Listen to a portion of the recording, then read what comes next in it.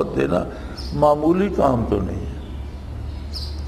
اب نبی سے ذکر کا انقطاع تو ہوتا نہیں، نبی کے بدن کا ذرہ ذرہ ہر سیل ایسا ذاکر ہوتا ہے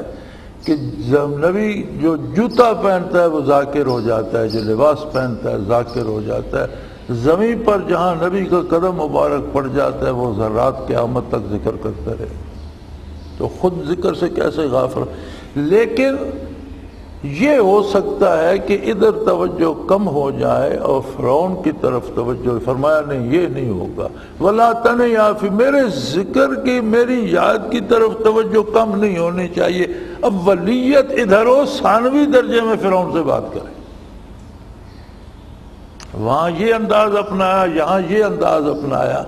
کہ میری یاد کو گاڑ دیجئے دل میں۔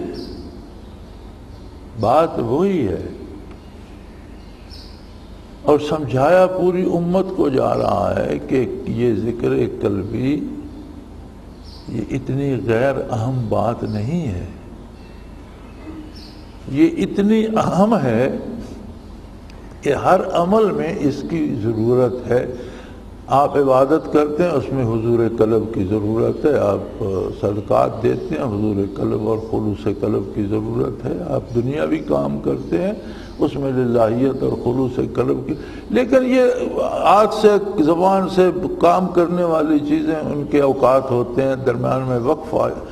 وہ وقفہ جو ہے وہ ہاتھ پاؤں آنکھ وجود میں آئے دل میں نہ آئے، وہاں وہ کھدائی ہوتی رہے، محنت ہوتی رہے، تھوڑا چلتا رہے، میری یاد کو گاڑتے چلے جائیں، فن سب گاڑ دیجئے اسے، کبھی اس کے وہاں سے نکلنے کا سوال پیدا نہ ہو۔